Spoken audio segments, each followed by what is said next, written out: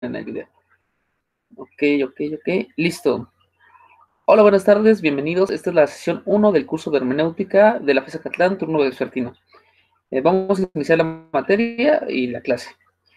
Los que se van agregando, bienvenidos. Si tú estás viendo la clase a distancia, recuerda que tienes que hacer el escrito que valide tu asistencia.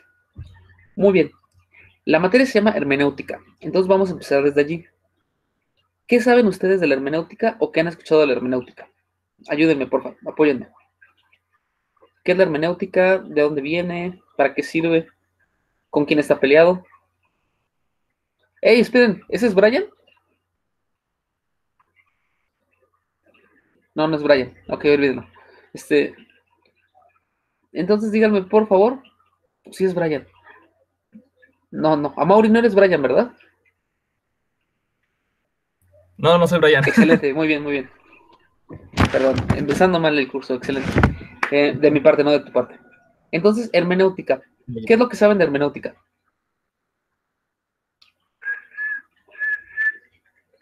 ¿Acatlán se los comió con la analítica? Excelente. Muy bien. Vamos a empezar por lo más básico. Hermenéutica se relaciona con la palabra Hermes. Todavía no queda claro, filológicamente hablando, si proviene directamente de la palabra Hermes o si tienen una raíz en común. Pero ustedes que son estudiosos y sabedores de la mitología, recuérdenme, ¿Hermes de qué es Dios? ¿O a qué se dedicaba Hermes?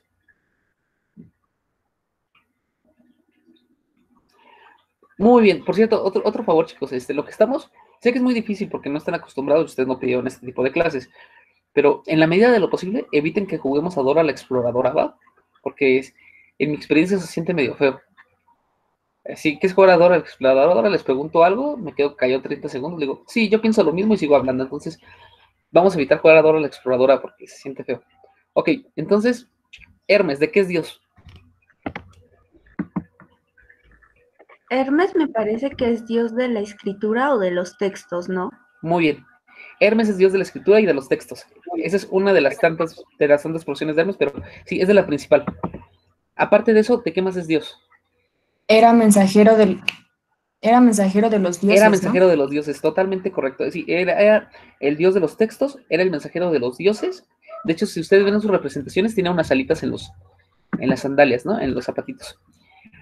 Entonces tenemos que era mensajero de los dioses. También era el dador de los textos y también, curiosamente, era el dios de las encrucijadas. O sea, de los caminos en cruz.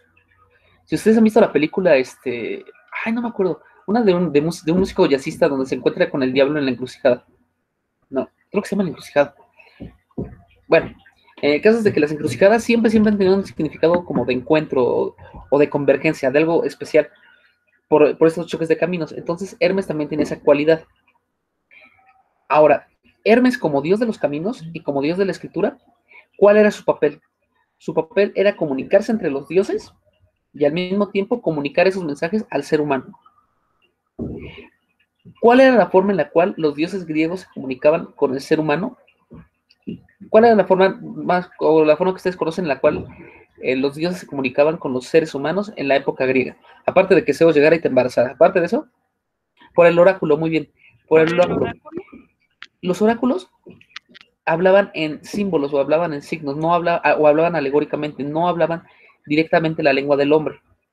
Y lo que era deber del ser humano o lo que era deber de la persona era interpretar o comprender lo que le había dicho el dios por medio de esos símbolos. Entonces la hermenéutica y Hermes empieza a tener esa función de intérprete, es interpretar la palabra para poderla trasladar al mundo terrenal. Si eso lo juntamos con los textos, se entiende un poco mejor. Dios de los textos, Dios de la palabra.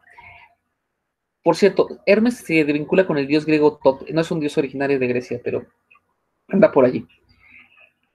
Muy bien. Ahora, actualmente, esa es como la versión antigua, la más viejita. Actualmente, cuando decimos la palabra hermenéutica, ¿a qué le suena? Así, sin que me digan formato APA. ¿A qué le suena cuando usted escucha la palabra? Muy bien, A, interpretación. a interpretación, Excelente. ¿Interpretación en qué sentido? Oh, como... Ajá. ajá, ok, muy bien. Interpretación. La interpretación que podemos hacer de la hermenéutica es totalmente libre, tiene límites, funciona, o ¿cuál es el punto? Por ejemplo, el semestre pasado, los que hayan tomado en orden cronológico, vimos perdón, Jimena, ibas a decir algo, dinos. Es que le iba a contestar, pero no, está bien. Bueno, como en reproducir como lo más cercano a lo que quiere decir el Muy bien. escritor o el Esa es una de las principales fuentes de la hermenéutica y del significado que tenemos, que es tratar de acercarnos lo más posible a lo que quiso decir el autor o a lo que quiso decir la persona. Que de hecho, eso de entrada es muy difícil. Ahorita lo vamos a ir viendo porque muchas veces ni siquiera nosotros somos conscientes al 100% de que lo que estamos escribiendo es lo que nos motiva. Vamos, un señor o un joven o un chico que haya leído Padre Rico, Padre Pobre, él puede escribir de todo corazón, el dinero no trabaja para mí, yo trabajo para el dinero. Cuando él ni siquiera se da cuenta que se le puede interpretar eso como un residuo del capitalismo a través de la superestructura. Pero eso ahorita lo vamos a ver. Pero muy, muy bien, Jimena. Ahora, ya que tenemos esto, el semestre pasado les comentaba, habíamos visto filosofía de la ciencia, los que tomaron el semestre lineal o los que ya la hayan tomado. Si no, pues ahí la tomamos el próximo semestre, no hay ningún problema. Pero ahí vimos a un grupo que eran los positivistas lógicos. Schlick, Carnap, Otto Neurath, ¿ellos qué considerarían acerca de esto de decir que un método de acercarse al mundo es la interpretación? ¿Estarían de acuerdo o estarían en desacuerdo?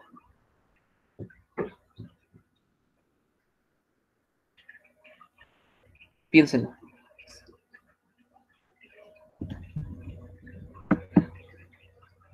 Vamos, Carnap, el cual hablaba sobre oraciones protocolares, oraciones formales, pseudo objeto, ¿él estaría de acuerdo en decir que se puede interpretar la realidad o no? Pues estarían en desacuerdo porque para ellos la realidad es lo que es, o sea, no la puedes poner en cuestión. Lo que puedes poner en cuestión es lo que puedes decir de la realidad. Muy bien, Brenda. Sí, por ahí van los neopositivistas. Los neopositivistas dicen, aquí no se trata de interpretar. Eso no tiene ningún sentido, no tiene ninguna cabida. Aquí de lo que se trata es de buscar la neutralidad del pensamiento y desde la neutralidad del pensamiento ya podemos llegar. De hecho, muchos textos buscaban eliminar incluso al sujeto. La interpretación o la hermenéutica moderna va por otro lado. Es como jugar Pokémon. Bueno, si llegaron a jugar Pokémon alguna vez, es como el cartucho azul y el cartucho rojo, ¿no? Entonces, la escuela analítica, cartucho rojo, escuela continental, cartucho azul. Los filósofos hermeneutas sí van a decir que es muy importante, muy, muy importante, la interpretación, los prejuicios y el contenido previo. ¿Por qué? Porque a pesar de todo lo que ustedes puedan creer, llevamos mundo o llevamos la palabra en sí. Yo les puedo a ustedes hablar de cualquier cosa y sin embargo van a ustedes interpretar algo totalmente diferente. Por ejemplo, miren, esto en un salón de clases es mucho más práctico, así que vamos a tener que utilizar la imaginación. Piensen en lo siguiente que les voy a decir, todos, y traten de dibujarlo en su cabeza o en un cuaderno, en donde ustedes quieran. Un perro al lado de un árbol con un globo, ¿ok? Un perro al lado de un árbol con un globo. Los positivistas lógicos van a decir que se entiende. Podemos descifrar la palabra perro hasta llegar al significado último de perro. Podemos llevar a la palabra globo hasta el último punto de lo que sea un globo. Y también lo de árbol. ¿Cuál es el problema? Cada uno de nosotros tiene un presupuesto teórico de cómo interpretar cada una de las palabras. Entonces, mientras que para algunos un perro es un perro chihuahua, para otros un perro va a ser un perro Perdón, se está compartiendo una pantalla. Ahorita les va a aparecer la pantalla. Mientras que para algunos un perro va a ser un perro chihuahua, para otros va a ser un gran danés, o para otros va a ser un bull terrier. Y un árbol puede ser desde una ceiba hasta un cactus, ¿no? Y el globo lo puede tener la persona, lo puede tener el árbol. Nada más confírmenme, ¿sí me siguen escuchando? Porque aquí yo tengo mi pantalla trabada. Sí. Ok. Miren, ya no les voy a compartir el dibujo porque esto ya se trabó. Ya está mega trabado. Si se llega a desconectar, nos volvemos a conectar en la misma, perdón. Muy bien, entonces estábamos viendo que esa es la interpretación moderna. Entre un punto en el cual decimos que la interpretación es una forma de acercarnos a la realidad y otro punto inicial en el cual decimos que la interpretación es un método de llegar a entender la verdad dada por los dioses, en este caso griegos, hay un largo trecho. Para poder solventar ese trecho, vamos a utilizar este libro que es dos escritos sobre hermenéutica de Dilthey. En la primera parte, Dilthey nos va a dar una versión sobre lo que es la hermenéutica, y ya en la segunda va a desglosar su propio método. Perdón, me lo vuelvo a preguntar, si me siguen escuchando, ¿verdad? Sí. Ok. Disculpen, es que si les pudiera mostrar mi pantalla, está toda bloqueada. Bueno, hay cuatro versiones, o hay cuatro vertientes de la hermenéutica, o cómo se puede tratar la hermenéutica. Hay cuatro formas. Ahorita les voy a dibujar el cuadro. Nada más denme un minutito. Dios mío, esto está mega trabado. A ver. Déjenme ver si cierro algunas pestañas y se arregla.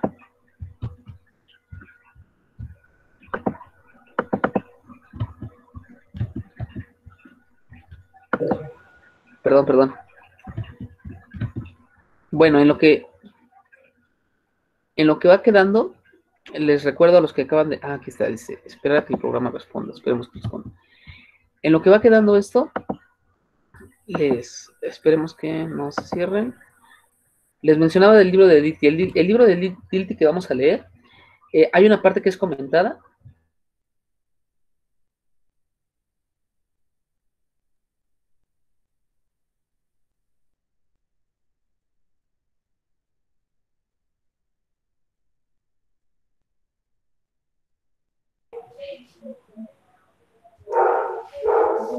Ya sacó el profesor, ¿verdad?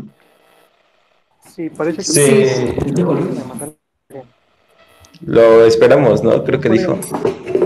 Sí, Ajá. Bueno,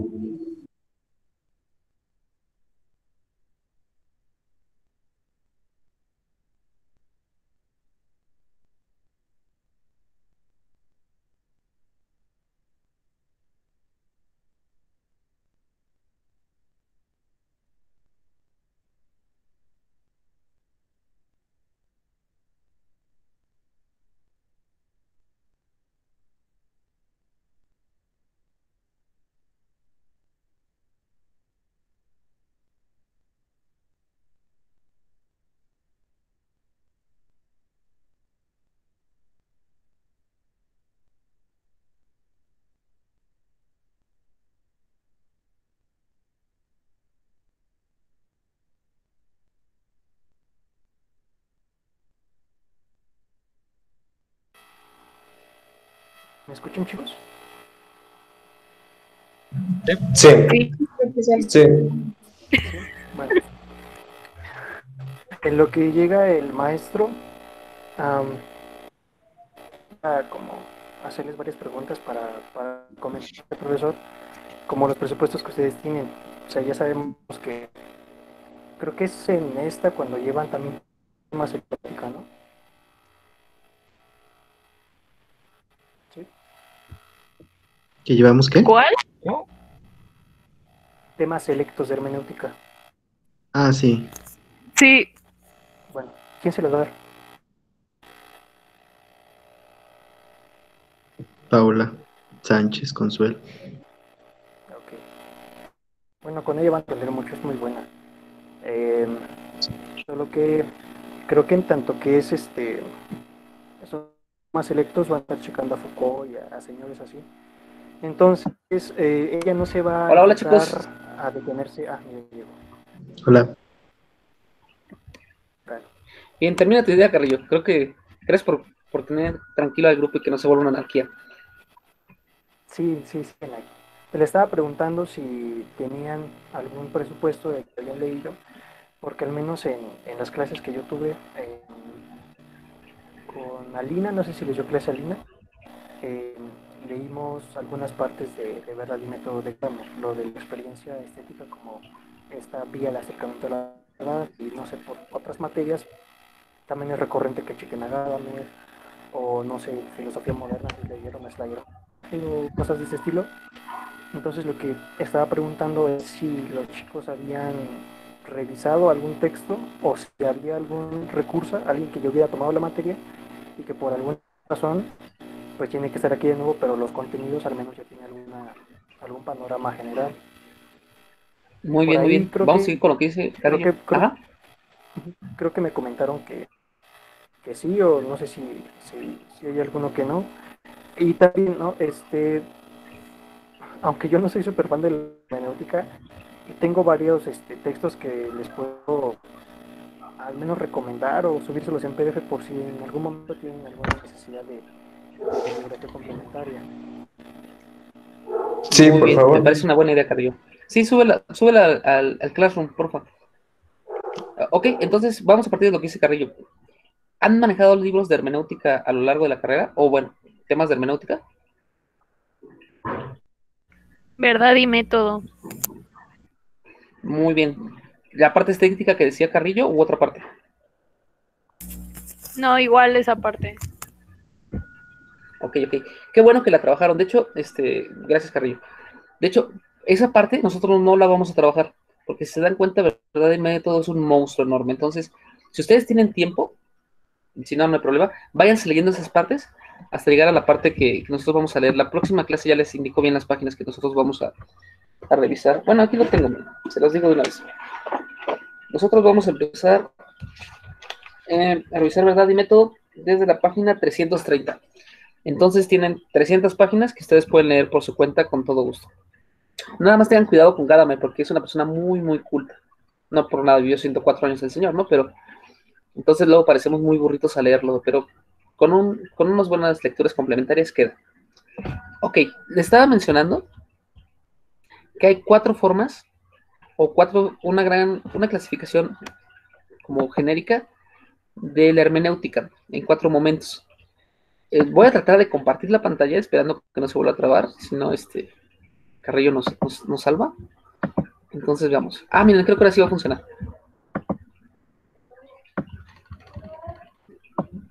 Me avisan cuando esté compartiendo mi pantalla.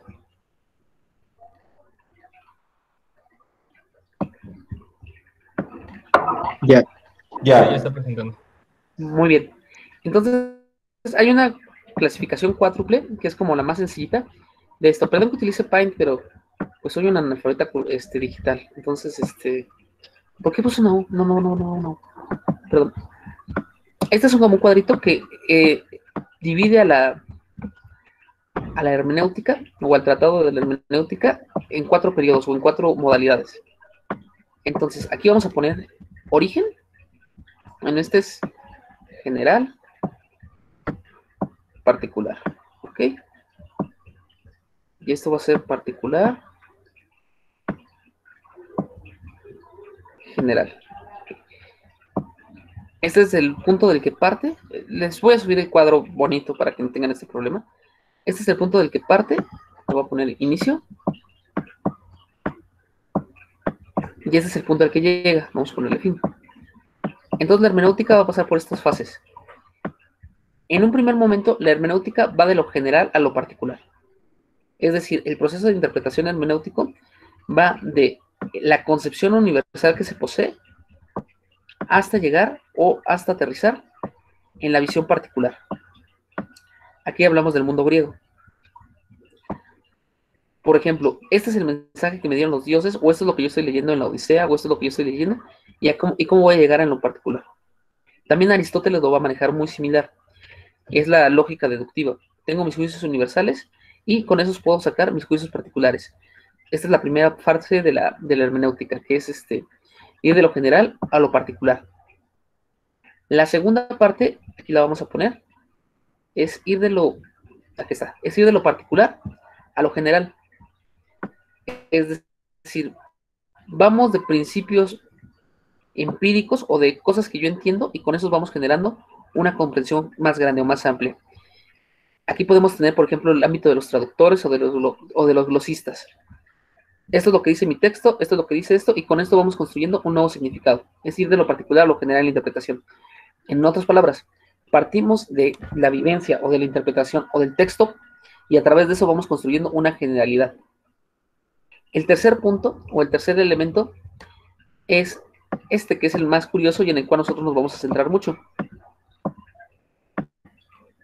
Es la hermenéutica como un acto de comprensión, o un acto de interpretación del otro. Más de interpretación, de comprensión. Es decir, vamos de la particularidad, y desde la particularidad vamos a entender otra particularidad.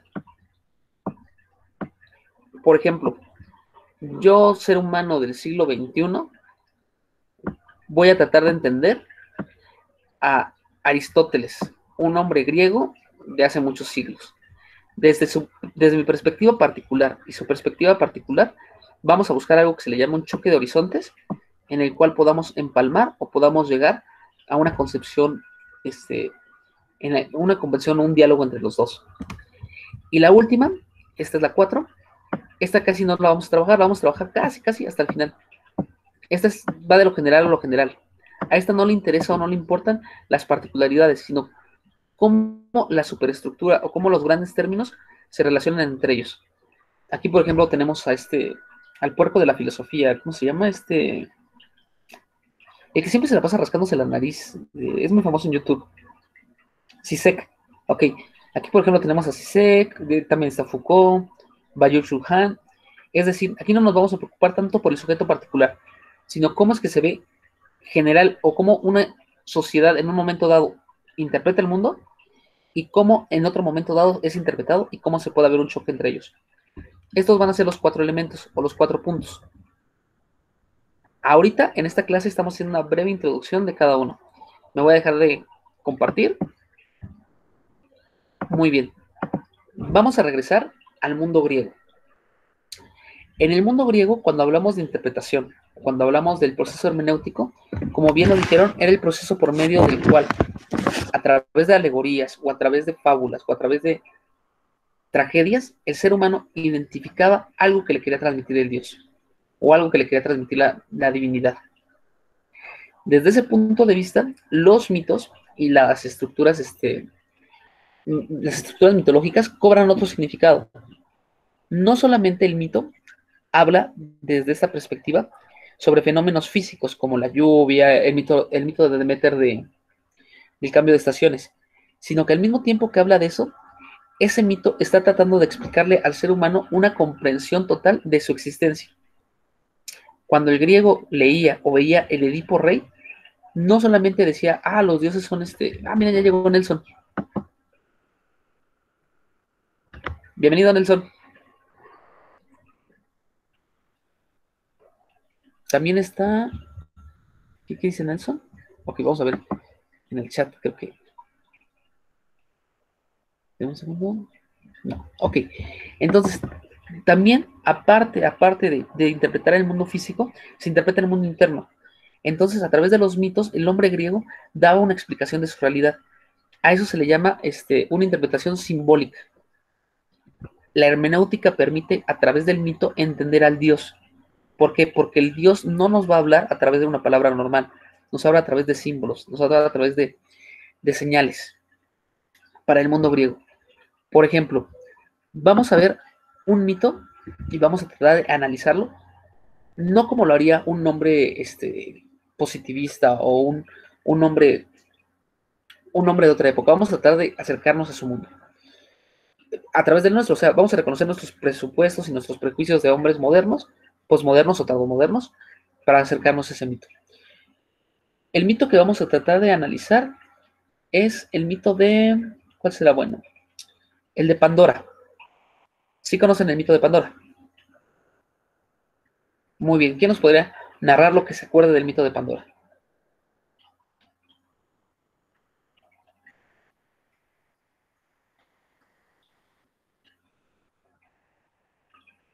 Esa es una muy buena interpretación del mito de Pandora, chicos. Ahora yo les voy a dar otra. Entonces, bien, Prometeo, que también significa el prudente, muy importante, Prometeo el prudente, había llevado el fuego a los hombres. Y con el fuego a los hombres ya empezaban a construir, ya empezaban a tener independencia. El fuego también es una señal como de inteligencia o de sabiduría. Si no recuerden todos los simbolismos que tiene el fuego.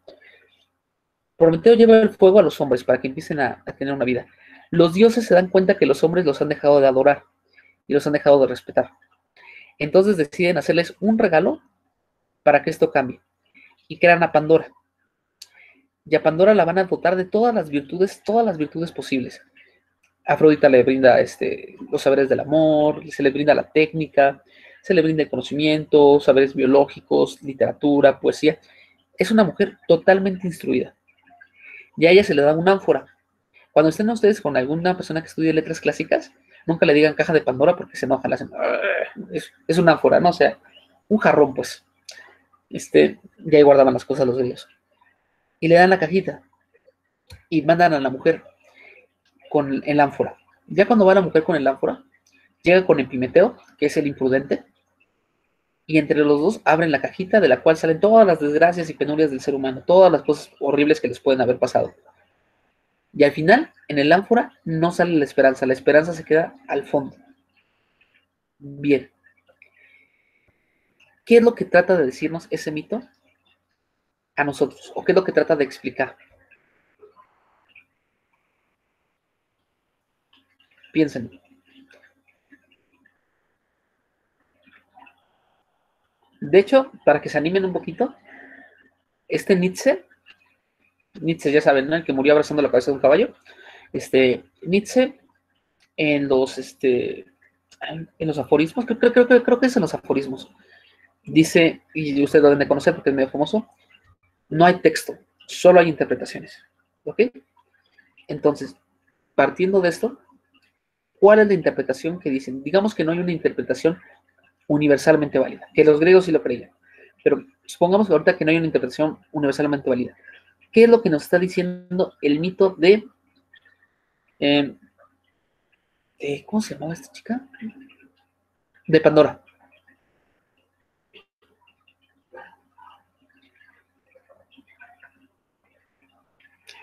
O somos del lado de los positivistas, y entonces no nos quiere decir nada, simplemente es un conjunto de pseudoobjetos y palabras sin sentidos hiladas en un discurso.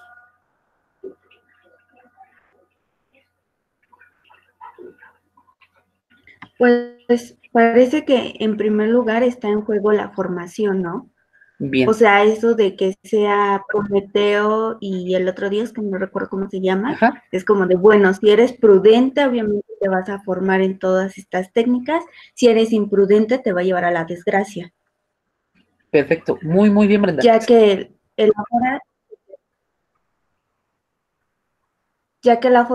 el áfora se queda hasta el final la esperanza, ya es otra interpretación un poco más compleja que puede significar que tienes que poner atención en lo que estás haciendo o qué es lo que está sucediendo al final o que tienes que trabajar para extraerla, entre otras cosas. Muy, muy bien, Brenda. Más o menos lo que está diciendo Brenda es el proceso que llevaban a cabo los griegos cuando tenían un mito o tenían una historia. Se les brindaba, pero esa historia les decía algo más. Y muy bien, vamos a ir con la interpretación que está diciendo Brenda, que es como una muy completa. En el mundo griego teníamos la formación, y entonces llega la mujer, también hay una interpretación feminista, ahorita la vamos a ver, pero llega la mujer que tiene todas las virtudes, tiene todos los dones, tiene toda la técnica, pero al ser tomados por Epimeteo o el imprudente, se liberan todos los males. Vamos a extrapolar esto para hacer un trabajo un poquito más contemporáneo, y vamos a ver, ¿a qué se parece decir lo siguiente? Una persona que tiene todo, o agarra todos los dones, todos los conocimientos, aplicados de forma imprudente, generan males. Díganme un evento de la historia contemporánea, o de los últimos 200 años, que se cumpla esto.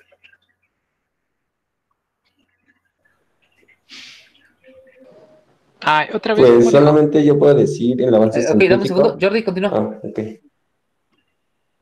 Sí, el avance científico lo podemos hacer una analogía con la bomba atómica. Muy ¿no? bien, Jordi. O sea, toda la técnica, el avance científico, pues en lugar de generar un bien, pues hicieron una catástrofe. Muy bien, Jordi. Excelente. Robert.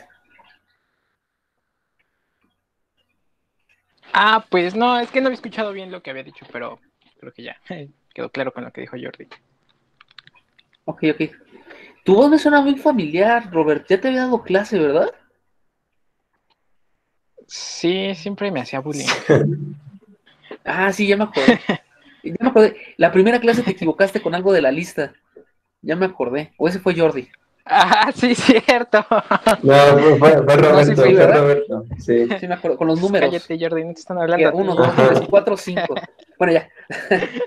Ya. Semestre nuevo, vida nueva. Olvídenlo. Ok, ya regresando a la clase. Sí, exacto. Podemos ver la bomba de Hiroshima y Nagasaki. Si algún día tienen tiempo, léanse un poemita chiquito que se llama La no rosa de Hiroshima. Es un poema que describe la masacre, ¿no? Está muy bonito. La no rosa de Hiroshima. Bueno, exacto. Tenemos todos los conocimientos mal aplicados y de esa mala aplicación de conocimiento generan en males para el mundo. La teoría crítica, o Adorno, Horkheimer, todos ellos dirían, ese mito explica la teoría crítica. Un acto de civilización conlleva un acto de barbarie si es mal utilizado. Y es una lectura. No solamente se trata de agarrar un mito y decir, ah, qué bonito está, sino ver cómo ese mito te habla a ti en tu mundo contemporáneo. Los griegos hacían algo parecido, pero estaba más cercano, ¿no? Tenían el mundo griego o sus mitos y lo trataban de acercar lo más posible hacia ellos. Antes de que se me olvide, también hay una versión feminista. Bueno, yo no soy un aliado, ni mucho menos, yo no soy nadie para hablar de eso. Pero la versión feminista dice lo siguiente.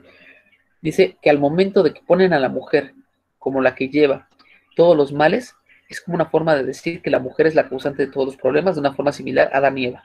Y desde entonces se ve una instauración de poder del patriarcado desde los mitos originarios. Esa es otra interpretación. Como decía Brenda, ¿por qué la esperanza queda al final o al fondo? Por cierto, perdón, Robert, te juro que mi intención no es hacer bullying. Si te molesté en algún momento, te pido una disculpa. Ok. No se preocupe, no. Ok. Regresamos. Entonces, la esperanza. Para nosotros la esperanza en nuestro mundo contemporáneo es algo positivo, ¿no? Bueno, en teoría es algo positivo. Para los griegos no. Y por esto es la importancia de releer el contexto del mundo para ver cómo funcionaba. Un griego veía la esperanza como algo negativo, como algo horrible. ¿Por qué? Porque la persona que está esperando o la persona que tiene esperanza no va a hacer nada. Porque está en esperanza de que pase algo. O está a la espera de que pase algo. Entonces el peor de los males es la esperanza. Y los griegos decían, mínimo no salió ese. Mínimo nosotros tenemos la acción, no tenemos la voluntad de cambiar las cosas. Actualmente ya cambió un poquito. Ok, qué bueno que ya llegó Nelson, porque en la clase pasada les había comentado algo del texto que no había quedado claro y ahorita lo puedo explicar. Bienvenido, Nelson. Ah, hola, yo ya estaba de aquí desde hace rato. Sí, lo sé. Ah, Sí vi cuando te metiste, pero era nada más como una cortinilla para cambiar de tema. Perdóname. ok. Perdón. Yo tengo un asesorado de tesis que se llama Edson, que es muy similar a ti, entonces me cuesta trabajo, porque los dos son buenos, ¿no? Pero son muy parecidos, entonces es raro. Ok.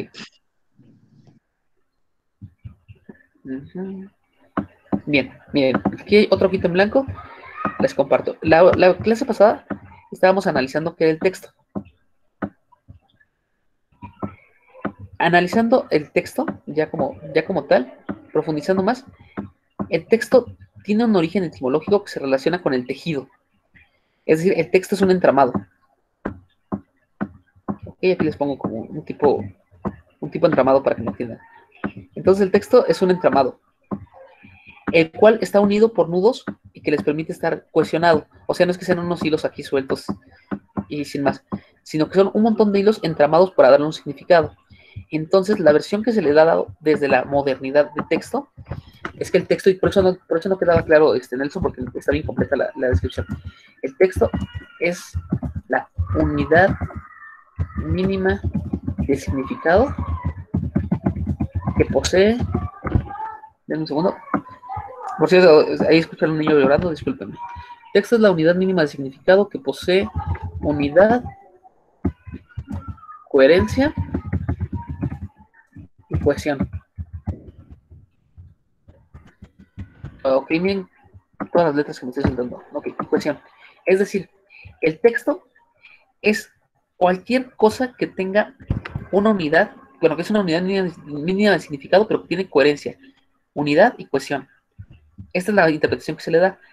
Por eso es que un texto puede ser cualquier cosa. Nelson nos preguntaba la vez pasada que si un dibujo de un niño, digamos un garabato Un garabato así. Si un garabato así es un texto. La respuesta es sí, sí es un texto. ¿Por qué? Porque dentro de esto el niño le ha puesto una unidad, un significado y una cohesión, que nosotros no lo podemos entender porque no tenemos el contexto para poderlo entender, es otra cosa muy diferente. Pero es un texto. Para que nosotros podamos entender el texto, es decir, para que nosotros podamos entender la unidad mínima de significado, tenemos que entender el contexto o todo lo que rodea al texto para poderlo entender. De hecho, a ver, déjenme ver. Ok.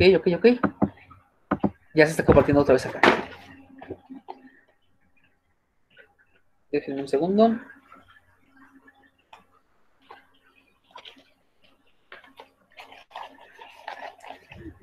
¿Qué es esto?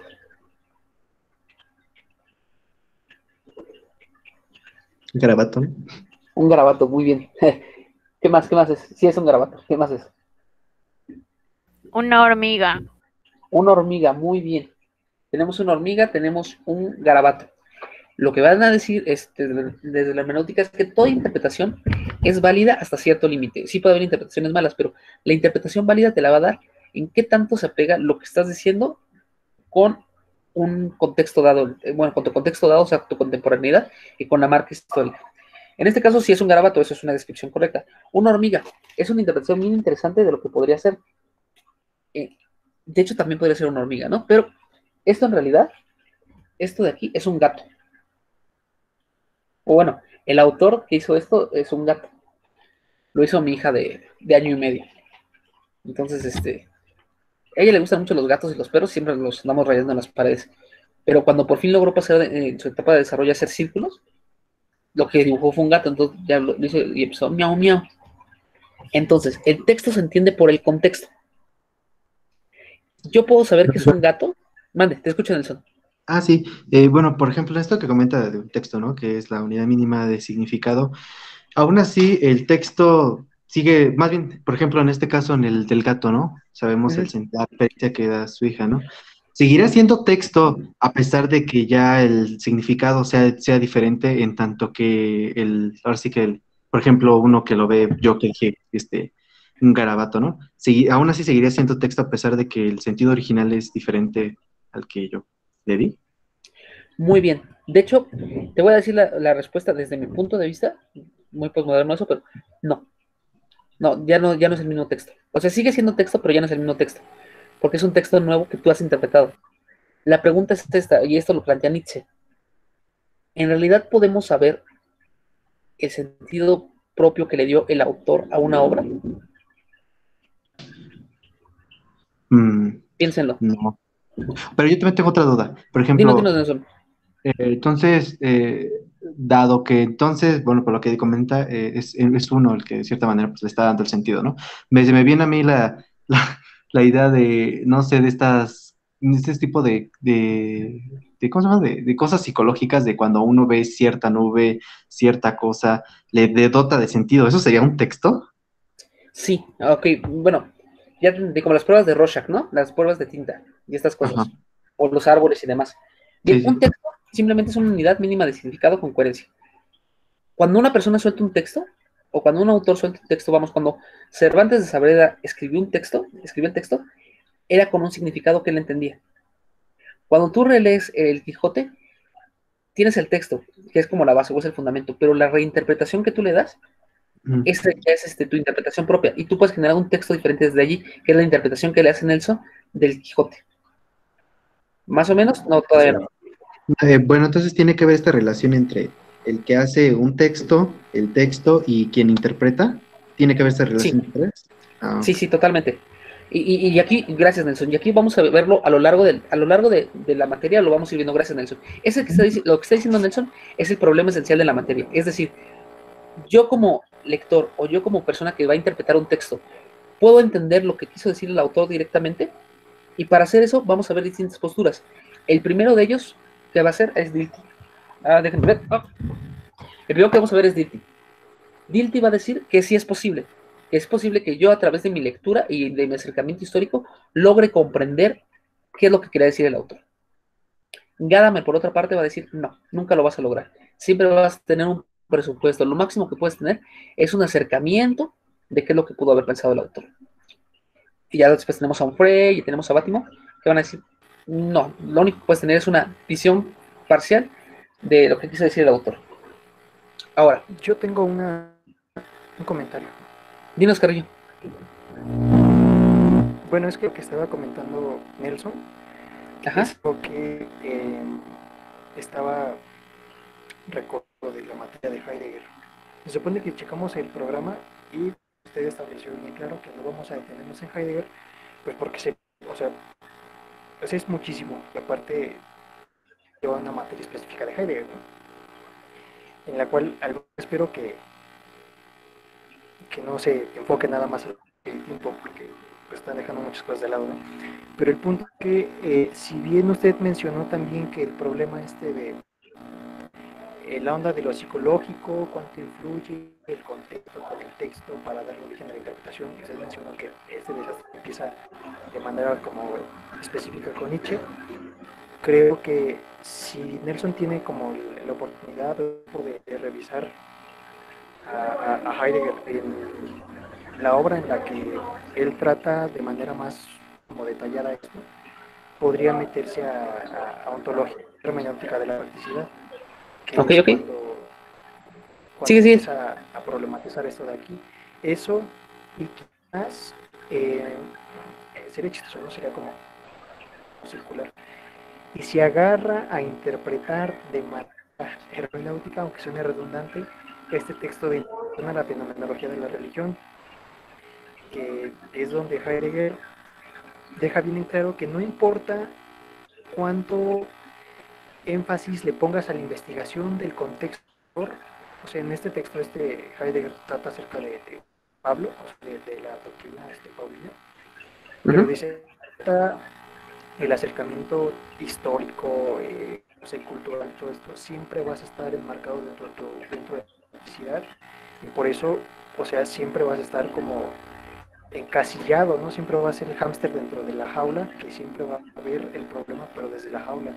Y pues sí, siento que si más o menos tiene ese presupuesto Nelson de lo que es interpretación, yo le recomendaría que checar este texto de Heidegger, ¿no? El de hermenéutica practicidad y el de introducción de la fenomenología de la religión, aunque el segundo es primero en la carrera intelectual de Heidegger, creo que queda un poquito más claro cuando lo leemos en perspectiva de la hermenéutica de la practicidad.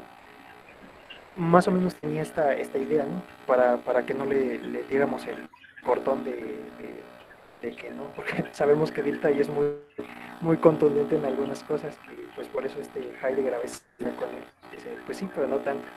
Yo recomendaría nada más eso si le interesa un poquito más adelante. Está genial, Carrillo, está genial.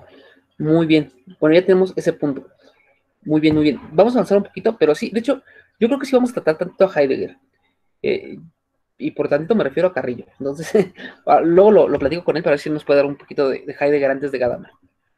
Pero bueno, retomando, este es el mundo griego. Después pasamos al mundo helénico. Sigue siendo el mundo griego, pero tenemos un pequeño cambio, un pequeño matiz. El mundo helénico, díganme, ¿qué personaje histórico es el que abre el mundo helénico? O así, el parteaguas, o cuál fue el cambio del mundo helénico. Ya regresé. Sí, de hecho, ahora estás 2 veces, Nelson. Ay, sí, es que no sé, me sacó otra vez, pero bueno, sí alcancé a escuchar lo que me dijo este chico. Más bien, no lo alcancé muy bien a escuchar porque es que no lo escuché muy bien. Es que se entrecortaba, o no sé, lo escuché muy lejos. Pero Sí, algo se así. cortaba un poquito. Sí, No te ¿qué me preocupes, decías? ¿De qué? te sugirió unas lecturas sobre Heidegger para ver este problema de la interpretación. Y lo que habíamos quedado es que antes de ver a Gadamer, Carrillo nos va a ayudar un poco con Heidegger. Entonces, tú tranquilo. De todas maneras, si puedes compartir los textos, Carrillo, en el Classroom, te lo agradecería mucho. Ok. El mundo helénico. ¿Qué personaje histórico es el que genera o el que promueve el mundo helénico? Alejandro Magno, ¿no? Alejandro Magno, Alejandro el Conquistador, el alumno de Aristóteles. Muy bien. ¿Cuál es el problema? ¿Cuál es el punto? Ya cuando llegamos al mundo helénico, la comprensión del mundo ya cambió, ya no es tan directamente, y ya se empieza a generar una tradición filosófica y una tradición literaria. Tenemos la Biblioteca de Alejandría, tenemos otros puntos que iban a decir algo. Ibas a decir algo a Mauri. No, más allá de la pregunta que hizo sobre el personaje histórico. Y bueno, pues Ok. el choque de tradiciones y culturas que hubo en ese momento, en particular entre, por así decirlo, Occidente, que era Grecia, y Oriente. Sí, sí, sí. De hecho, también en el ámbito de la medicina, Alejandro Magno se llevó a médicos de la Ayurveda para curarlo. Y se empezó a ver una fusión muy, muy fuerte. Pero bueno, Ujú. regresando. Ya empieza a haber una tradición filosófica y ahora se empieza a ver una discriminación de textos. Ahora lo que va a importar, lo que va a surgir es qué texto sí es parte de lo que dijo, digamos, Odiseo, digo, Homero, y qué parte no. Surge la división entre texto apócrifo y texto real. Y para poder hacer esta interpretación empieza a surgir el problema de cuáles son los límites de la interpretación y la hermenéutica se empieza a hacer muy detallista en esto. Y empieza a quitar partes, poner partes para hacer un contexto. Y es la primera vez, va a haber muchas, pero es una de las primeras veces en las cuales la visión del personaje o del autor va a ser todo el constructo teórico. Vamos, tenemos a los textos, pero para poderlos organizar y poder decir, estos textos sí los dijo Aristóteles y estos no, tiene que haber un criterio. Y el criterio, por más objetivo que sea, el criterio es humano, parte de un ser particular que lo va a generar. Este es un breve recuento, ahorita bueno, de tarea va a quedar leer la parte bien de Dilthey, pero después de eso vamos a llegar al mundo católico, al judeocristiano y a todo esto. ¿Qué cambia entre decir que Hermes nos traía los textos o nos traía los mensajes de los dioses para que los interpretáramos y la Biblia? O las religiones del libro, ya sea la Biblia, ¿cómo se llama la religión de Mahoma? Los musulmanes. O los ¿Torah? judíos. La Torah es de los judíos, muy bien. Ajá. ¿Qué, qué diferencia existe o qué diferencia existe entre estas religiones del libro y la que teníamos antiguamente de Grecia? ¿Cuál es la diferencia?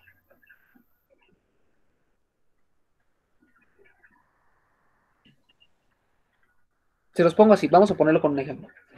Yo voy al oráculo de Delfos, me encuentro con el pitonizo, exhala azufre y demás gases nocivos, le da una convulsión y ya de la convulsión sale y dice unas palabras. Y esas palabras yo las voy a interpretar porque ahí está escrito el lenguaje de Dios. ¿Qué diferencia existe entre eso y yo abro la Biblia y leo la palabra de Dios? En que en la Biblia y el Corán ya no está directamente la palabra de Dios, ¿no? Sino que más bien son los profetas que dicen algo. Más o menos, de hecho, va un poquito al revésado. Les explico. Cuando teníamos a los... Dinos, Nelson. Bueno, sí, aparte también pensaba que, por ejemplo, bueno, ya surgen también estos problemas dentro del mismo límite de la interpretación del mismo texto y del mismo autor, por ejemplo, la Biblia, ¿no? De que cuáles son los límites del mismo texto, o sea, es decir, ya no de entre uno y el texto, sino ya del mismo texto, su mismo límite y mismo de su interpretación, a diferencia de bueno, bueno, no sé, pienso en Delfos, ¿no? Que era directamente como dos interlocutores. Muy bien. Dato importante. Aunque parece que haya dos interlocutores en Delfos, hay tres. Tenemos al Dios, tenemos al mensajero, que es el pitonizo, y tenemos al intérprete. En la Biblia ya quitamos eso. Aunque la Biblia sí lo escribieron los apóstoles y sí lo escribieron otras personas, en última instancia fue por mandato de Dios. Entonces, lo que tú lees en la Biblia, principalmente en el Viejo Testamento, en el Pentateuco, lo que estás leyendo ahí es la palabra viva de Dios. ¿Cuál es el problema de decir esto? Un pitonizo se puede equivocar. Tú te puedes equivocar al leer al pitonizo. Dios no se equivoca. Entonces, si la Biblia dice esto pasó así, eso pasó así. El problema de tener eso es cómo vamos a librarnos de toda la sarta de incongruencias. No digo que sean incongruencias, de hecho, la Biblia es un gran libro para leer, pero ¿cómo vamos a librarnos de esta sarta de incongruencias y decir al mismo tiempo que lo escribió un Dios coherente, omnipotente? ¿Cómo lo podríamos resolver? Es más, este es un análisis que... ¿Alguno de ustedes tomó clase con Ernesto de Icaza? ¿No? Bueno, pues es un muy buen profesor de la mañana. Creo que ahorita es el jefe del programa o del plan de estudios, no sé.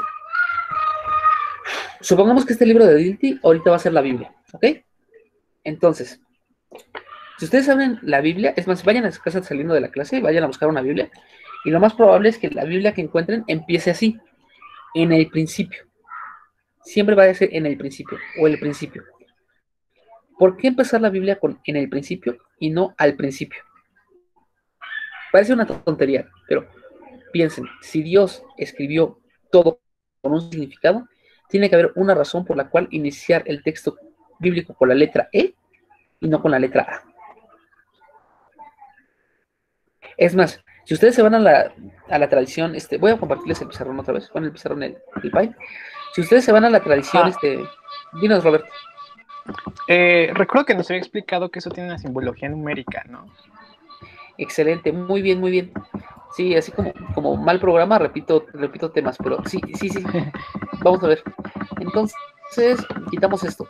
Pero sí, tiene que ver con un valor numérico. La Torah o el arameo tiene un valor numérico. Entonces, por ejemplo, si ustedes suman la palabra hijo, no sé, digamos que hijo es 1, 2, 3.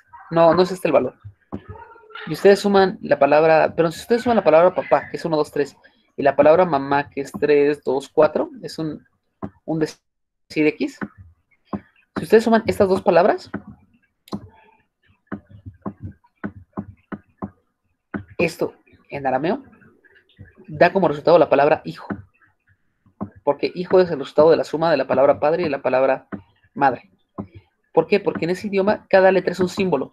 De hecho, la cábala por eso se maneja así. Los cabalistas es lo que tratan de hacer, encontrar el nombre de Dios a través de los números. De hecho, la película Pi, el origen del caos, hay un personaje que trata de hacer eso todo el tiempo.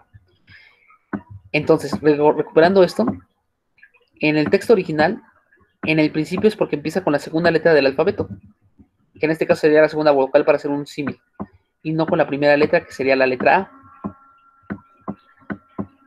Ahora, si estamos tratando de hacer una interpretación en la cual Dios no se equivoca y Dios tiene todo explícito, ¿por qué empezar con en el principio, o sea, con la segunda letra del alfabeto, y no con al principio, que es la primera letra del alfabeto? Porque significa que hay algo anterior a Dios, ¿no? Excelente, muy bien. Sí, porque si yo pongo al principio, estoy hablando de la misma palabra de Dios. En cambio, cuando pongo en el principio, estoy hablando de una segunda mirada. O sea, la mirada desde el que construyó. Digamos, Dios crea el mundo. Aquí tenemos la creación del mundo. Y después de que Dios creó el mundo, yo como ser humano lo voy a interpretar. De hecho, es el significado de la estrellita de David. Entonces yo lo voy a interpretar como ser humano. Con lo cual están justificando o están validando que existe una explicación simbólica y alegórica en la Biblia y que hay que interpretarla. Pero hay una interpretación correcta. Solamente hay una interpretación correcta. Pero es alegórica para que nosotros la podamos entender. Siendo el punto, ¿por qué esto es importante? ¿Alguno de ustedes ha leído la Biblia? Lean la Biblia, es una cosa bien divertida. Por ejemplo, en el primer libro, en el Génesis, hay dos teorías sobre la creación del mundo, de la creación del hombre, perdón. Dice en una parte, Dios creó al hombre de tierra, no, a su imagen y semejanza. Hombre y mujer los creó, algo así. Y en el siguiente párrafo, así directamente, está el primer párrafo. En el siguiente párrafo, lo que dice es, y entonces Dios creó a Adán de barro. La pregunta es, ¿por qué si en el párrafo anterior ya había creado al hombre? ¿Por qué en el segundo párrafo lo vuelve a crear? Una persona que sea un ateo de iglesia, o sea, que va a la iglesia de su pueblito y pelea contra el padre y dice, ya le gané a la Biblia, ¿no? Ya lo derroté, porque encontré una contradicción. Pero no, hay una tradición gigantísima que trata de explicar este tipo de cosas. Vamos con una más sencilla. Ahorita tomamos esta del hombre. Vean, los días del Génesis. En el día 1, Dios dice, hágase la luz. Y ya más o menos como por el día 3, 4, dice, salgan a las lumbreras del cielo, el sol y la luna. Una pregunta que hacen muchos es, ¿cómo es posible que primero haya sido la luz y después haya sido el sol? ¿Quién nos puede tratar de dar una explicación de por qué eso se justifica? Hagan una interpretación hermenéutica medieval en la cual tratamos de darle un sentido a través de un texto que tiene que tener la razón sí o sí. Profesor. Diga, Nelson. Bueno, pero bueno, no sé, le pregunto, estas cosas, por ejemplo, estos simbolismos, estas alegorías son convencionales, ¿no? Porque al final de cuentas esto es como comenta, no es para darle sentido. No sé, me viene a la mente esto del Génesis, por ejemplo, antes las nociones eran de que era así tal cual, ¿no? Que Dios había creado realmente un hombre y una mujer, ¿no? Actualmente la exégesis ya es diferente, ¿no? Sino mencionarle, bueno, la iglesia que es una alegoría, ¿no? Hacia. Muy bien. Entonces, Sí, entonces eso es como muy convencional en tanto el contexto social político, por así decirlo. Muy bien, vas bien, eso sí tiene mucho que ver el contexto social y político, pero en este caso en particular, imagínate que estamos El en, de, dame un segundo, Brenda, imagínate que estamos en el inicio de la Edad Media. Estamos tratando de darle un sentido a los textos con la premisa de que no se puede equivocar. O sea, sí, actualmente ya tenemos otras interpretaciones, pero vamos a tratarnos de situar desde su mentalidad. Estaban haciendo hermenéutica desde un punto en el cual la Biblia no se puede equivocar y tienen que solventar los errores. ¿Cómo lo hacen? Ahora sí, Brenda. bueno, lo de la luz y el sol, creo que tiene que ver porque la luz, o sea, el primer día separa luz y obscuridad, y esa es una alegoría de separar el bien, bueno, más bien el orden y el desorden, ¿no? Y el caos, o sea, separa esas dos cosas. Y luego cuando se refiere al sol, se refiere más bien a la bóveda celeste, y ahora sí, tiene otro significado, pero ese sí no me lo sé. Muy bien, Brenda. Vas por buen camino. Bueno, y Dinos, bueno, Nelson. bueno, justo eso que dice Brenda. Entonces, bueno, también, ¿en qué momento, dada también esta situación que le comentaba de, bueno, que también reconoce la iglesia de que, pues eso es alegórico lo de Adán y Eva, ¿en qué momento sí es una alegoría de tal o cual pasaje por ejemplo, en este caso bíblico, y en qué momento no?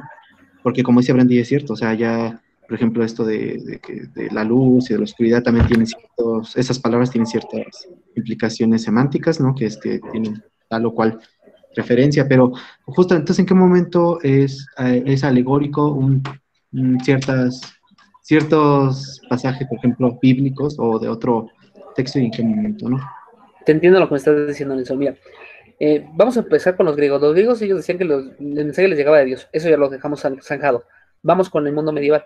Cuando se empieza a poner como religión hegemónica el catolicismo, Ujú. se tiene que dar un sentido o una explicación de la realidad. En este punto sí va a entrar un poco las relaciones de poder. Y los que tienen el poder o los que van a ser la normalidad, diría Foucault, de cómo va a ser el término o la concepción, van a ser los que van a decir qué parte va a ser alegórica y qué parte no. El punto importante de esto es que cuando ellos lo están haciendo, no son conscientes de que lo están haciendo. O sea, para ellos están descubriendo la verdad. Para nosotros no funciona así. Espérame, dame un segundo.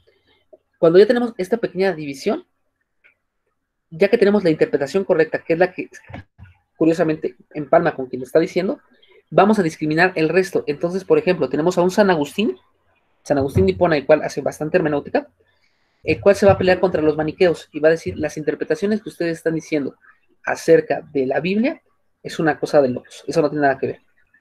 Y lo que va a decir San Agustín, que quizás te responda un poquito, dice San Agustín que el texto da de interpretar de sí hasta cierto punto.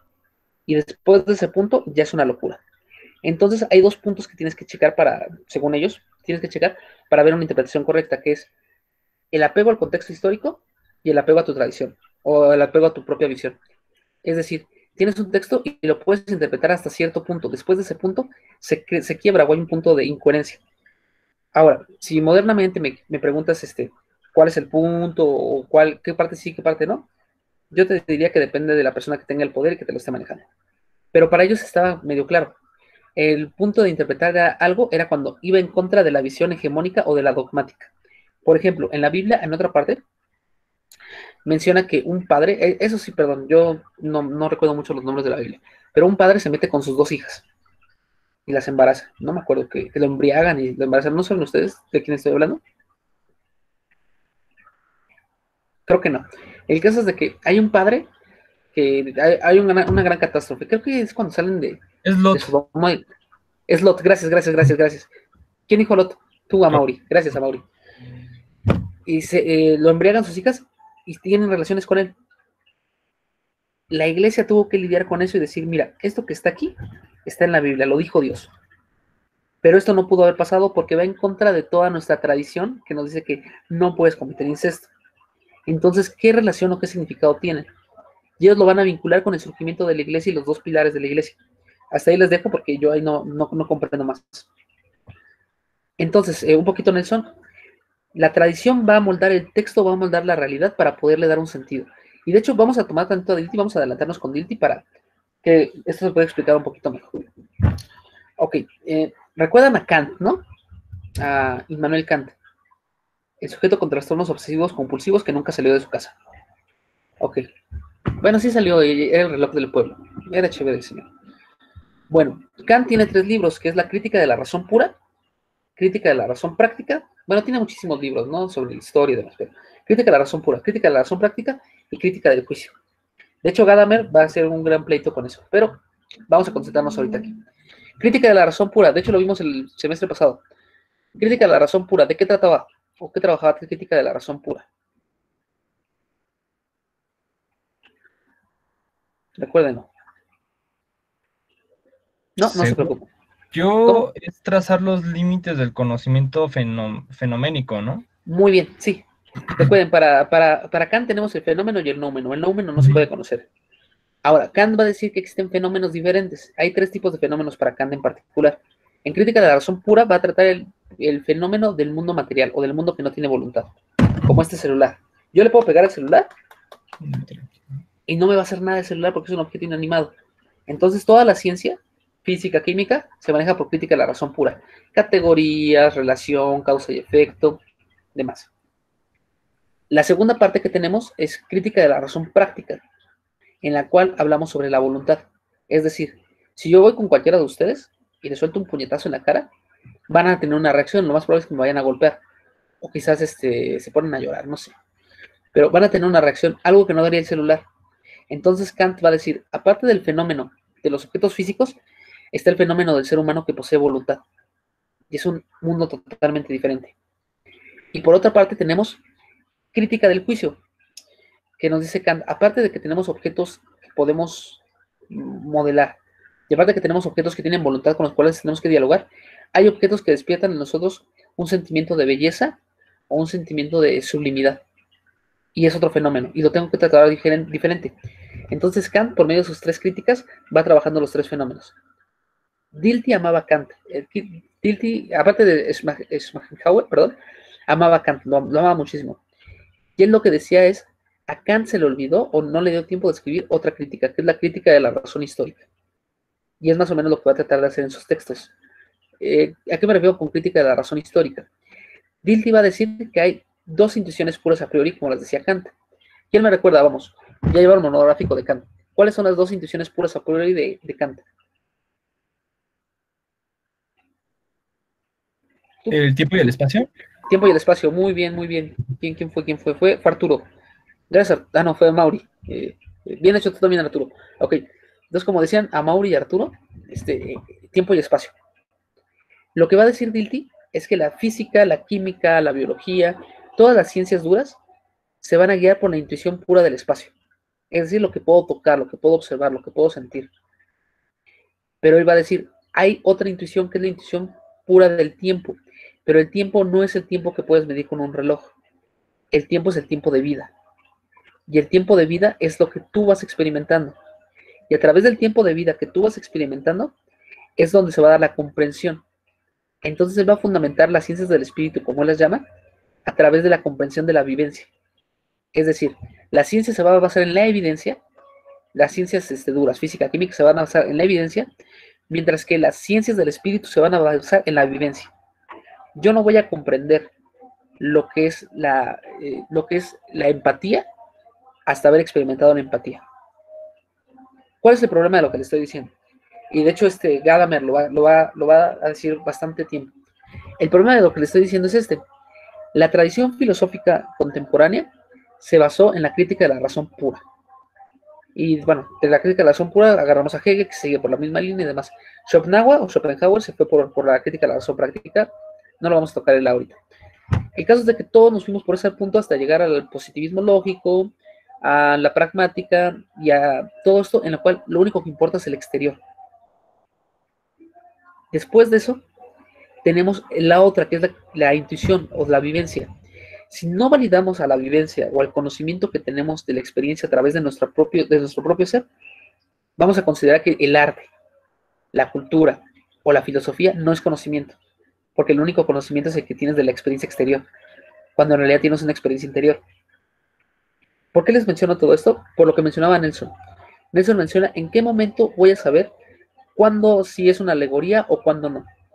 Lo que va a decir Dilthey es, tú analiza tú lleva a cabo tus vivencias y a través de tu vivencia, cuando te topes con un texto o un escrito, trata de analizar o de profundizar en la mente del autor. Trata de taladrarlo hasta que tú pienses como el autor.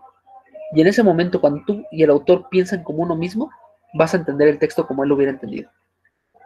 En otras palabras, los padres de la iglesia o la patrística van a tratar de hacer ese ejercicio, van a tratar de entender lo místico de la Biblia y tratar de entender cómo veía Dios el mundo y plasmarlo. De hecho, hasta por eso tenemos las revelaciones en las cuales también les daban convulsiones y demás a las personas, porque era un acercamiento místico desde allí. Pero bueno, ya nos estamos mega adelantando en otras cosas que todavía no van. Lo que sí va. Entonces, como bien dice Nelson, ahorita tenemos un gran problema, ¿no? Porque, ¿cómo saber que... Oigan, ¿y dónde está Nelson? Ahí está Nelson, ya lo vi. Aquí estoy. Sí, perdón, Nelson, es que como estabas en la esquina, pero ahorita en la esquina me aparece Robert, ya cambió, ok. Entonces, como decía Nelson, ¿cuál es el punto? ¿Cuál es o la distancia? Lo que diría Dilthey es, eso es, el punto es encontrar a través de tu propia evidencia cuál es el sentido propio. Lo que diría San Agustín, apoyando totalmente esto, es, el corazón te lo va a decir. El corazón sabe razones, eso no dice San Agustín, pero es algo similar. El corazón tiene razones que la razón no entiende. Entonces, el corazón te va a decir qué cosas son apropiadas y qué cosas no. Pero aquí hay una ruptura, y es una ruptura importante. Después de la época medieval, vamos a llegar con el Renacimiento y la modernidad. Y en el Renacimiento y la modernidad va a ocurrir un fenómeno bien curioso. Ayúdenme con esto. ¿Por qué el Renacimiento se llama Renacimiento?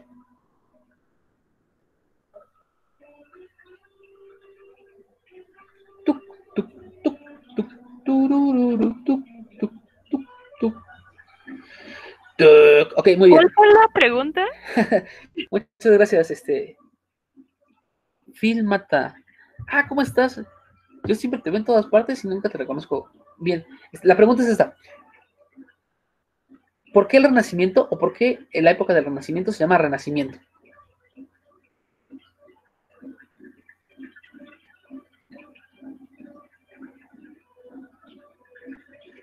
Vamos a ver, esto les va a ayudar bastante. Un hombre de la época medieval o un escritor, digamos Juan Duns Scott o Guillermo de Ockham, se levantaba y decía, yo como hombre de la Edad Media o de la Edad Oscura voy a hacer cosas de obscurantismo. Buenas tardes. Y se iba caminando. ¿Eso pasaba o no pasaba? Bueno, no pasaba, chicas, no pasaba. Eso no pasaba. Lo que sí pasaba es que el hombre del Renacimiento dijera, yo soy un hombre renacentista, entonces voy a hacer cosas de hombre renacentista, voy a pintar y voy a esculpir y voy a hacer muchas cosas, porque el hombre renacentista tiene autoconciencia de su momento histórico. Él va a decir, lo que estuvo antes de mí fue un periodo oscuro, un periodo feo, que lo vamos a llamar Edad Media o obscurantismo. Y antes de eso estaba la época clásica griega. Pero yo soy el renacer de la cultura clásica. Lo importante de esto es que el hombre renacentista se percibe a sí mismo como un hombre renacentista. Es decir, en sí ya tiene la noción de que históricamente está determinado en algún punto. La hermenéutica que va a surgir de esto, y lo vamos a ir viendo con Dilthey, la hermenéutica que surge con esto es una hermenéutica que ya comprende la diferencia entre el contexto que está viviendo y el pasado. Mientras que el hombre medieval decía, ¿qué contexto? Tenemos la Biblia y la vamos a interpretar, si te parece, si no te vas a la hoguera. Bueno, a alguien que se dedica al medieval que no le gusta lo que dije, entonces yo no soy experto ahí, no me meto, pero el hombre renacentista sí va a decir, yo soy esto, y desde esto que estoy haciendo voy a recuperar la cultura griega para entenderlos a ellos y para entenderme a mí. Y entonces ya tenemos un Giordano Bruno, tenemos ¿quién escribió sobre la dignidad del hombre? Pico de la Mirandola. Pico de la Mirandola. Oigan, pregunta seria, ¿se dice Pico de la Mirandola o Pico de la Mirandola? Pico de la Mirandola, creo. Bueno, Piccolo. ¿Sí? Muy bien. Eso no tiene nada que ver. Ya no da clase ya en la facultad Lomelí, ¿verdad? ¿No? ¿Cómo? ¿No hay un profesor en la tarde que se llame Lomelí con ustedes? Bueno, yo no. No, ya no está. ¿Ya no está? Ok, muchas gracias. Ay, no. Bueno, es que Lomelí a mí me dio Nietzsche, no tiene nada que ver con la materia, nada, es un pequeño comentario. A mí me dio Nietzsche, Lomelí. Pero él siempre decía, así como yo les decía de que todo es interpretación, no es texto, él decía lo mismo, pero más pesado. Y yo en ese entonces era bien positivista lógico, entonces un día estaba explicando a Nietzsche y yo lo llamaba en ese entonces Nietzsche. Yo lo llamaba Nietzsche. Ya termino mi exposición y el maestro se empieza a reír y me dice, no, no siento, Adrián, pero una aclaración. No se dice Nietzsche, se dice Nietzsche. Y yo con todo gusto le dije, pero es mi interpretación arbitraria y convencional, y como todo es texto lo puedo decir así. Y saqué 7 en la materia, ¿no? Pero ya, regresando, era Pico de la Mirandola, o Giordano Bruno, Tycho Brahe. ¿A quién le quitaron la nariz y tuvo una nariz de oro? ¿Fue Bruno o fue Tycho Brahe? Pero si no, ahí lo investigan. En un duelo le arrancaron la nariz y tuvo nariz de oro. Bueno, ellos lo que van a hacer es interpretar, pero ya directamente a las fuentes, van a regresar a las fuentes mismas. Entonces vamos a tener la Biblia escrita en latín, la Biblia escrita en griego, vamos a retomar los diálogos directamente de las traducciones, no la mezcolanza que hacían los medievales del primero por el árabe y demás, no, vámonos directo a los textos para interpretar su cultura. Y desde eso van a interpretar su propia cultura para reinterpretarse o resignificarse. Después de este periodo llega Dilthey, y Dilthey va a retomar a Schopenhauer, perdón, y va a decir esto de la vivencia que les digo y demás. Después ya tenemos al señor Gadamer, el cual nos dice, ven lo que les dijo Dilthey que les pareció muy padre, pues está mal. Y él nos va a explicar otra cosa. Ahorita lo vemos en grandes rasgos. Y ya después tenemos la otra tradición, la de los posteriores. Zizek, Bayuzhan, el de la sociedad líquida, ¿cómo se llama? Baumgarten. Bauman. Sí, entonces, ¿quién es Baumgarten? Es el del arte Baumgarten. No, nada que ver. Olvídenlo. No, él no tiene nada que ver aquí.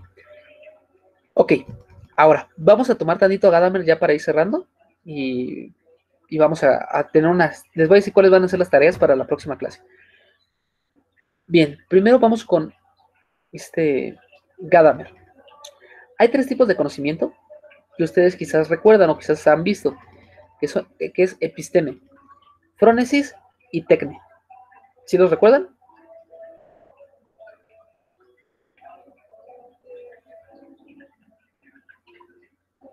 Muy bien, ¿sí lo recuerdan o no? Creo que no. No sé. ¿Qué pasó, Nelson? Creo que tú sí. Dinos. No, dije más o menos. Más o menos, no te preocupes, Nelson, no te preocupes. Ok, miren, les explico. Estos 3 conocimientos. Dinos. ¿Quién habló? No, perdón. No, continúa. ¿Seguro, Jordi? Sí, seguro. Fíjate que yo me acuerdo mucho de ti, Jordi, porque el último día que fui a la FES, te saludé, de que no nos pudimos ver en la clase. Ajá, exacto, éramos pocos, sí. Ya. Ajá. Y era bien triste porque... ¿Sí, tú también estabas, Nelson? Sí, fue cuando se regresó, sí, es cierto, ¿no? Sí, es cierto, sí, te vi. Ajá, fue bien triste porque yo pensé que íbamos a regresar a la normalidad. Y ya estamos en la clase de doctorado, chicos, y siguen aquí en pandemia, ya 6 años. No es cierto. No, qué horror. Ok, ya. Pongámonos serios, recordemos, estamos en la UNAM. Ok. Hay 3 tipos de conocimientos, ¿no? Tenemos episteme, frónesis y tecne. Se los escribo aquí en el chat para que tengan las palabras. Episteme, ahí le ponen unos acentos que me faltan. Frónesis y tecne. Muy bien. Episteme. El episteme es el conocimiento que busca la universalidad. Ese conocimiento ese conocimiento amplio, como epistemología. Lo que busca es el conocimiento teórico, universal y válido en todas partes. Este es el episteme. Por ejemplo, bueno, ahorita vemos los ejemplos mejor. Frónesis. Frónesis, este es un conocimiento bien curioso. Frónesis es un conocimiento que yo tengo que experimentar por mi propia cuenta. O sea, la frónesis solamente yo la puedo experimentar. Y me ayuda a entender y a explicarme el mundo, pero para mí. Y a la vez que lo comprendo, me modifica a mí como persona. La frónesis me modifica a mí como persona. Dinos, Jordi. No, sí, nada más, no sé si estoy mal, pero al igual y frónesis yo la entendía como prudencia, algo así. Muy bien, sí, frónesis es prudencia. ¿Y a qué se refiere con esto de prudencia? Muy bien, sí, es frónesis. Frónesis es prudencia. Por prudencia se refiere a que tú tienes la cualidad de saber cuándo hacer una cosa y cuándo no hacer una cosa. Vamos, una persona que actúa con frónesis es quien sabe que no le puede decir, no le puede decir a un mesero, tu comida apesta cuando apenas te va a traer el plato, porque sabes que te va a escupir, entonces tienes la prudencia de no hacerlo. Por eso la frónesis, a eso se refiere, a la prudencia, o sea, a tú tener un conocimiento de cómo actuar, pero sí, es prudencia. Va un poquito más allá de la prudencia, pero sí, tiene totalmente que ver. Y la tecne, que es la técnica, es el conocimiento práctico para modificar y cambiar el mundo. Ok, les voy a poner unos ejemplos. Perdón, se andan como de niños chiquitos, pero aparte aquí trabajo en una prepa. Ay, miren. Aquí tengo una caja. Si yo voy con una persona que sabe hacer metales y aprendo a hacer la caja, eso será tecne, frónesis o episteme. Tecne. Tecne, muy bien. ¿Por qué? ¿Por qué será tecne? Porque lo único que estoy haciendo es aprender algo para modificar el mundo. Muy bien. Ahora, si yo aprendo, aparte de hacer la caja, aprendo cuál es la aleación, cuáles son los átomos que lo conforman y cómo poder sacar la fórmula, será episteme, frónesis o tecne. Episteme. Muy bien. Y si yo aprendo que si abro la caja de galletas y me la trago toda la caja de galletas, voy a terminar gordo, ¿qué es? Es frónesis, chicos, es frónesis. Sí. Bien, otro ejemplo para que les quede muy fácil. Aprender a andar en bici, tecne. Aprender a construir una bici o tener los fundamentos de la bici, episteme. Aprender a no atropellar a una persona cuando vas en la calle porque te vas a meter en problemas es frónesis. Entonces la frónesis es un conocimiento más vivo, más certero. La pregunta es esta. ¿Cuál de estos tres conocimientos creen ustedes que era el más importante para el mundo griego?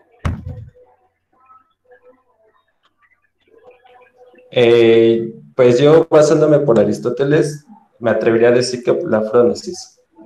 Y lo harías bien. Bueno, y lo harías bien, ¿por qué? Porque la frónesis, aunque nosotros estamos muy acostumbrados a creer que el epistema es lo máximo, ¿no? Pero el mundo griego, o los filósofos griegos decían, no, lo más importante es la frónesis. ¿Por qué? Porque el conocimiento teórico me va a ayudar, o el conocimiento universal me va a ayudar a entender cómo funciona la realidad. Pero en mi trato con las personas, o en mi trato real, yo hago a cabo la frónesis.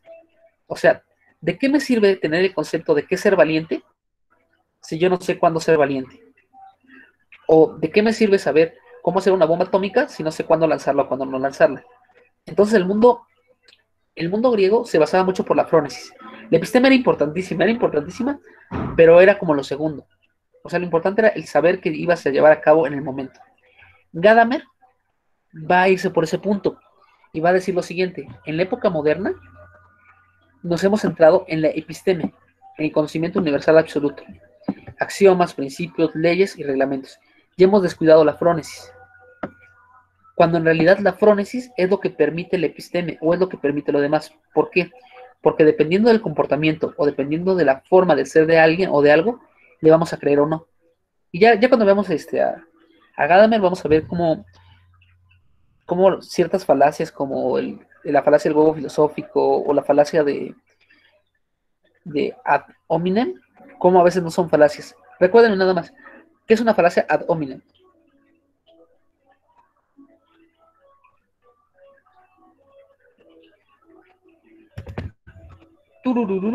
Ok, falacia ad hominem. La falacia ad hominem, o la falacia del nombre.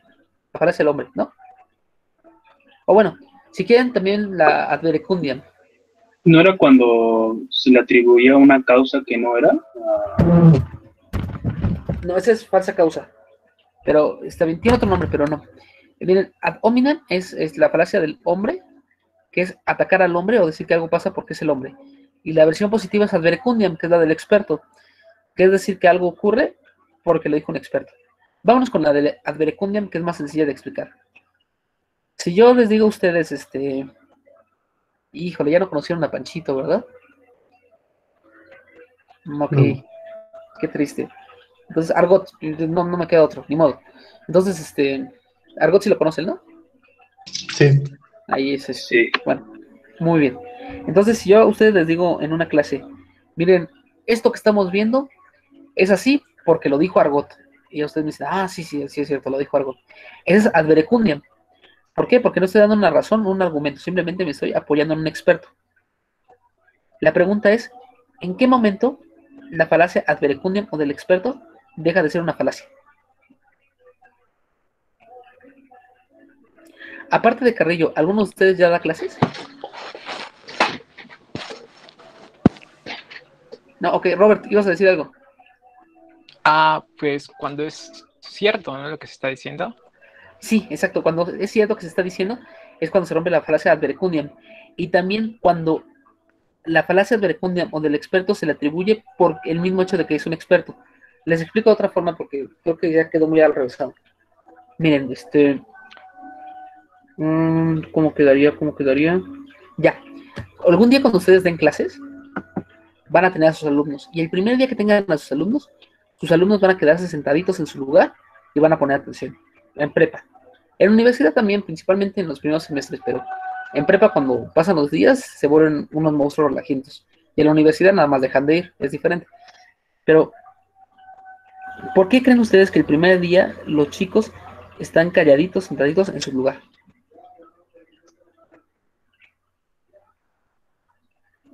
¿Y por qué ya después de una semana, 2 semanas, ya no están? Miren, están vendiendo agua, perdón. ¿Por qué?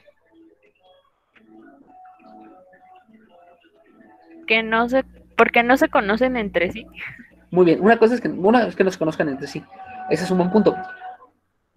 Pero supongamos, esa es una muy buena variable. Vamos a suponer que iban en cuarto de prepa y pasaron a quinto, entonces todos se conocen. ¿Por qué el primer día con el profesor nuevo no se ponen locos al principio? Esto es algo que a ustedes les va a pasar. ¿Por qué ustedes, bueno, esto ya se alarga un poquito, pero ¿por qué ustedes le hacen caso a un profesor o un maestro, pues si es que le hacen caso? Cuando les dicen, a ver, saca tu cuaderno y toma un apunte, o ve por este libro, o haz esto. ¿Por qué le hacen caso? Porque lo vemos como, bueno, no, Nelson, adelante. No, porque dije que porque es la autoridad. Sí, porque es la autoridad. ¿Tú qué dices, Jordi? Sí, claro, nada más iba a hacerlo más complicado, que es un sistema jerárquico, que el profesor es el que lo vemos como autoridad, nada más. Ala, muy bien. Entonces tenemos un sistema de autoridad jerárquico, me gusta. La pregunta es esta. ¿De dónde emana o de dónde deviene la autoridad que tiene un profesor sobre sus alumnos? De sus conocimientos. Llegaste al punto, Jordi. El profesor, bueno, un alumno se sienta y se queda callado al principio de una clase porque dice, yo reconozco que lo que él tiene me interesa a mí. Entonces voy a ceder mi libertad en lo que aprendo. Y después de eso ya la voy a recuperar. Pero en el momento en el cual el alumno o la persona se da cuenta que el que está enfrente dice puras, perdón por la palabra, sonzadas, cuando se percata o se da cuenta que el que está enfrente dice puras sonzadas, en ese momento pierde la autoridad. Y como pierde la autoridad, ya te echan relajo, tiran de más. Esa es una. U otra. Un profesor puede decir, como yo no sé del tema, me la voy a pasar regañando a los alumnos. Y entonces los que menos saben de un tema son los que más regañan. ¿Por qué? Porque tienen que ganar la autoridad como sea. Y si lo van a hacer por medio del regaño, es lo único que les queda. Pero bueno, es porque la autoridad deviene del conocimiento que poseen. Este conocimiento que se posee es la frónesis o es la prudencia, es el saber manejar un tema de cierta forma. Entonces, en el mundo griego, la frónesis era lo que te daba la autoridad. En otras palabras, cuando ustedes reconocen que lo que les va a decir Argot, o lo que les va a decir Tricasa, o lo que les va a decir, a ver, uno de los suyos, o Piña, cuando reconocen lo que va a decir Piña, o Valente, sí tuvieron a Valente, ¿no? Sí. Ok, o lo que les va a decir Valente, tiene razón, lo hacen no por un prejuicio ciego porque lo dijo el maestro, sino porque reconocen en él un cierto conocimiento, una cierta cualidad. De ahí proviene la frónesis, es decir, cada me va a decir que existen presupuestos y prejuicios positivos que hay que retomar en el concurso o en la construcción de esto. Pero bueno, eso ya es Gadamer, ya nos estamos adelantando mucho. Actividades, chicos. ¿Listos? Se las voy a apuntar en el... Ok, vamos a ver. Ok. Sí me siguen escuchando, ¿verdad? Sí. Ok. Va. Actividades. Para la próxima clase, o sea, para el día miércoles, lo que ahorita les voy a decir son las actividades del día... no, perdón, del día lunes. Lo que les voy a decir ahorita son las actividades del día lunes. O sea, ahorita no tienen que subir nada hasta el día lunes. El día lunes, ¿qué es lo que van a hacer?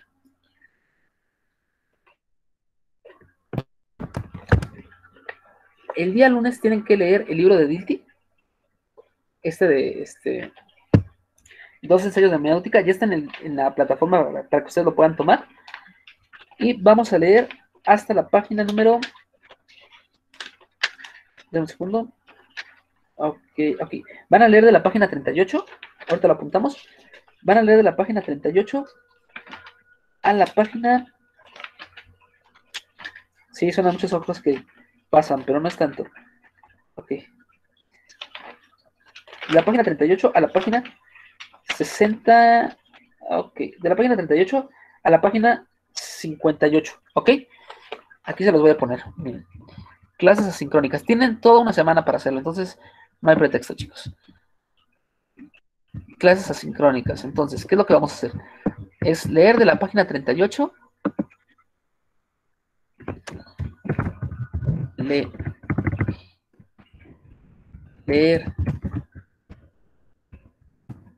de la página 38 a la... ¿Qué página les había dicho? 58, ¿verdad? Sí, muy bien. Bueno, nada más alguien menciona algo porque quiero saber si me siguen escuchando. Sí. Gracias. Van a leer de la página 38 a la 58. En esta nos va a hablar sobre cómo funcionaba la hermenéutica o cómo funcionaba el pensamiento hermenéutico en los griegos hasta llegar con el mundo medieval. Aparte de eso, necesito que investiguen 2 mitos griegos. No, saben que vamos a hacerlo mejor. Necesito que investiguen un mito griego y uno prehispánico. Y que traten de darle una interpretación, pero van a interpretarlo de las siguientes formas. Lo van a interpretar de la forma literal, simbólica o alegórica. Literal, simbólica.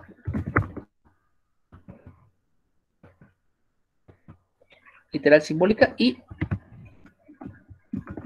una que la relacione con un evento reciente. Una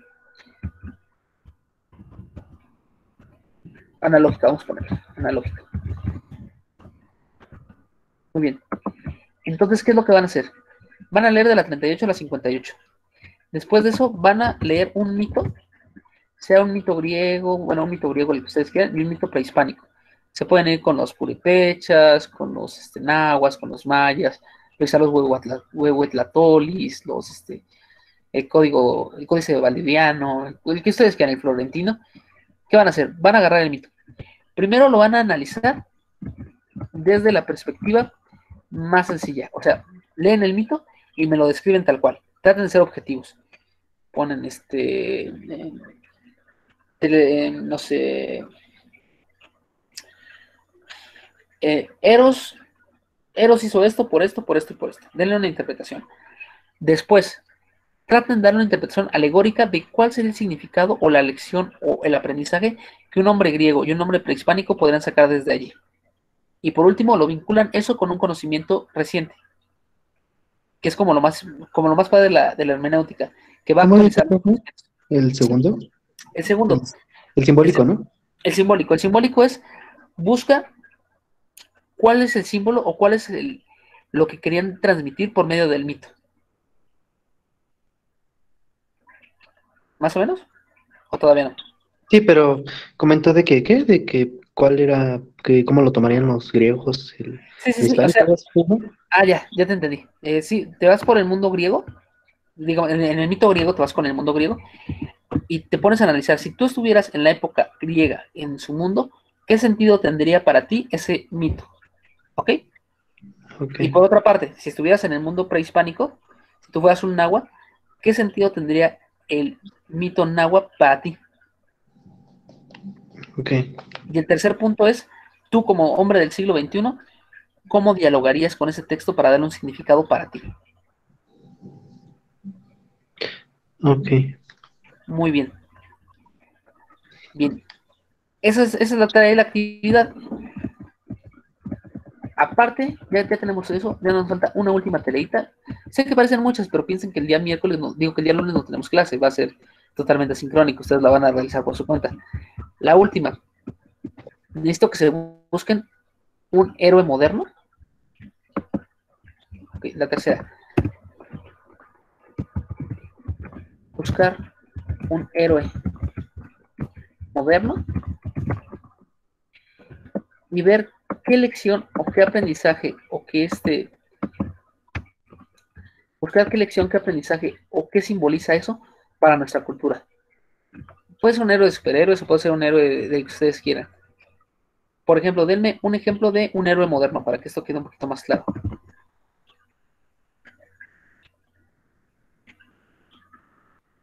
Tuc, tuc, tuc, tuc.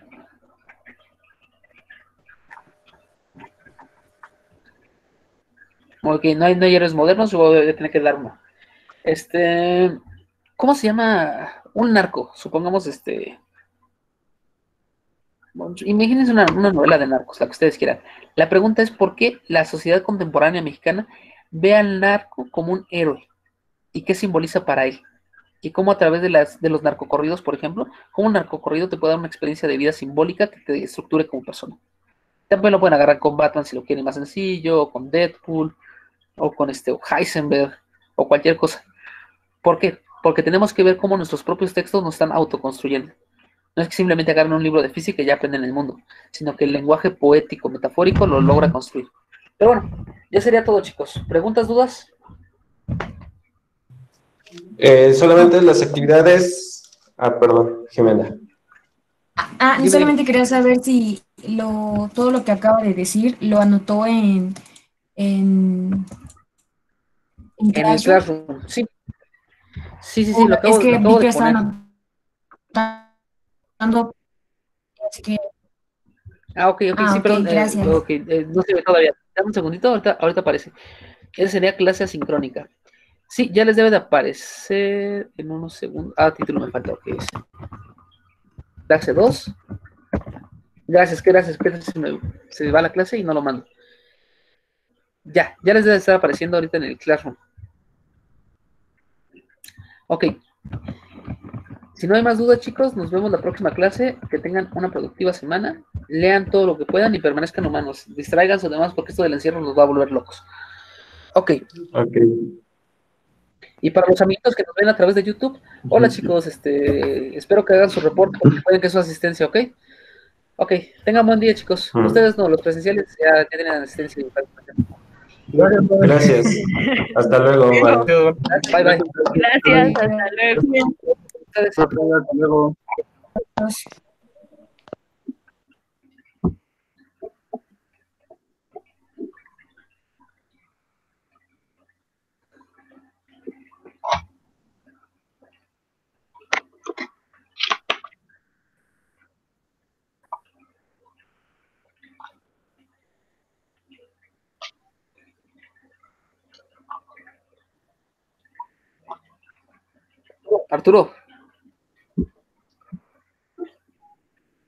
Arturo, ¿me escuchas? Sí.